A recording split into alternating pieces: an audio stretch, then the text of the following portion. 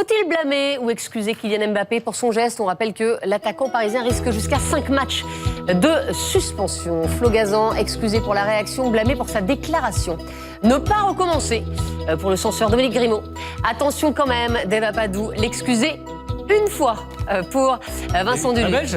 Excusez, point de suspension, mais stop, ce qui revient à peu près au même, pour Jérôme Alonso et excusez pour Julien Aliane. Mais tiens, je vais commencer avec vous.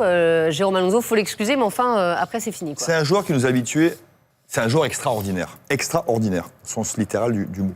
Donc, pas dès qu'il revient à quelque chose d'un peu normal, d'un peu léger, ça nous... Un peu humain, quoi. Un peu humain. Ce qu'il a fait là, sur le terrain, on l'a tous fait à un moment. C'est-à-dire que si cette action-là arrive un jour de Rennes-Caen, on ne fait pas une minute dessus, évidemment, même avec de bons joueurs. S'il prend 5 matchs de suspension pour ça, mais c'est une honte absolue. C'est un scandale incroyable. Si c'est requalifié en bousculade, mais non, mais c'est pas possible. Mais n'importe qui le fait tout le temps en Ligue 1, toute la saison. Mais j'ai lu. Mais il y a une différence entre ce qui est prévu par la loi et ce que mérite le geste. Donc, ce que prévoit le règlement, effectivement, c'est jusqu'à 5 matchs en cas de bousculade. Mais ce que vaut le geste, compte tenu j'ai pas dit que ça valait ça. Compte tenu de l'enchaînement des événements, c'est peut-être 2+1 et on n'en parle plus. Ouais. On a vu des joueurs qui ont touché des arbitres, qui ont pris 3 matchs, 4 matchs. Lui, il a poussé à la hauteur de la poitrine quelqu'un qui devait lui mettre un coup de genou. Très franchement, il faut être un peu sérieux. Il va bien se rendre compte qu'une des manières de le gêner, parce que c'est un talent incroyable qui fait des différences phénoménales, si la seule manière de le gêner, c'est de le faire sortir du match aussi facilement, ça va être un vrai handicap. Donc il va faire en sorte, comme Messi par exemple, qui dit jamais rien, qui réagit jamais, il va faire en sorte de jamais rien dire et de jamais réagir. Mais en même temps, ce qu'il fait là, mais Neymar l'a fait, je sais pas combien de fois. Enfin, Ronaldo l'a fait. Il y a des tas de joueurs qui l'ont fait. Les créateurs, à force d'être visés comme ça, forcément ils réagissent mal.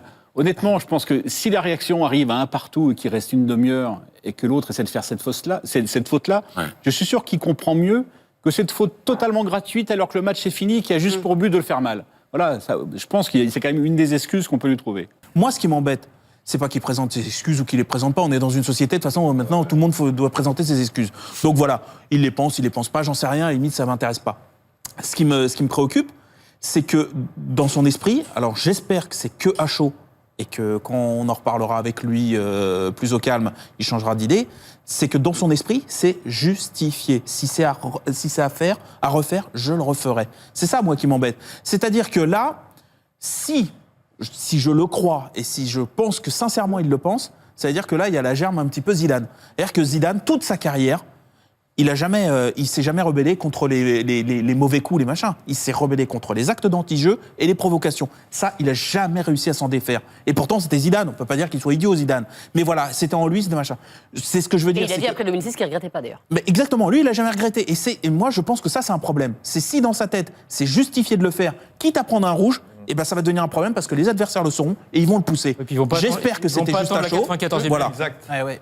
Parce que hier, samedi par exemple, contre Nîmes, il a subi seulement 2 fautes, Kylian Mbappé. Rien, le match et il dégoupille justement à la deuxième. Sur lui, mais dis-moi, Kylian Mbappé, il y a 20 ans, non mais il fait quoi là? T'expliques, au bout d'un quart d'heure, il vole dans les tribunes, le mec, mais il sait pas la chance qu'il a de jouer là, et c'est quand même très très cool quand même. Ils sont protégés, les joueurs, bien sûr.